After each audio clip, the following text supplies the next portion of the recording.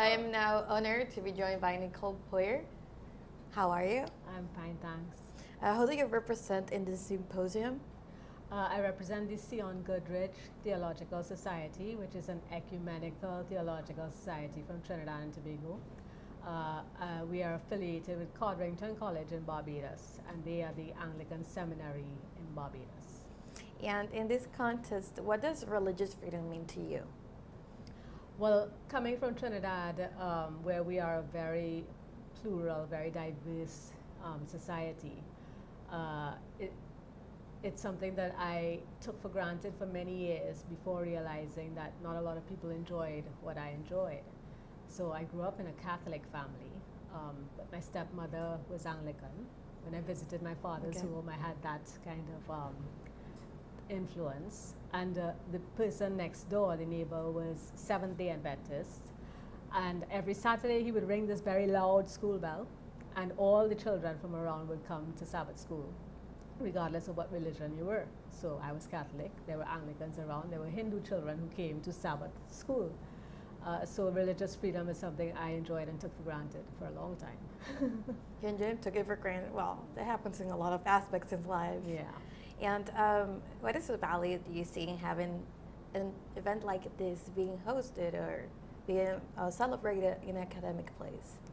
Well, academia is supposed to be the great leveler. It levels the playing field for a lot of people. So if it is we are to gain any kind of understanding and any kind of interaction with each other, universities are generally the places where those things happen. It's generally also the places where revolutionaries come out of, great change comes out from there, great researches, great studies. So if it's going to happen at all, this is a place for it to happen. And coming from Trinidad and Tobago, right? How has the experience been in the Dominican Republic participating in the symposium?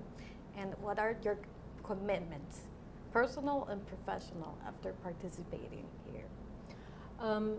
To be honest, I had been told that the symposium would be in English. And I thought, oh, that's fine, I can do that. Okay. And I came, I was challenged by the Spanish. But I learned something. I learned that I can follow the written Spanish word a lot better than I can follow the spoken Spanish word.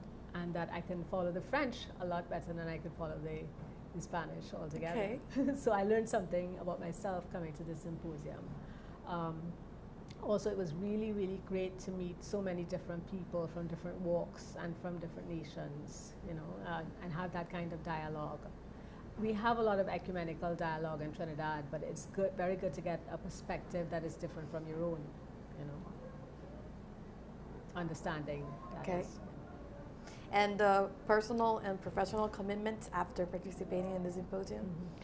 Well, first of all, I have to go and write a report based on the symposium to take back to the Theological Society. But also, even though the Theological Society is the group that sent me, I'm also co-founder of the only ecumenical prayer community in Trinidad.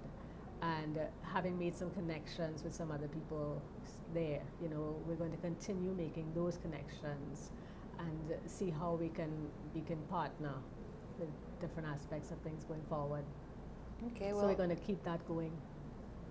Awesome. And we're glad you have had an awesome experience here, and also have learned things from yourself and as a professional as well. So thank you very much.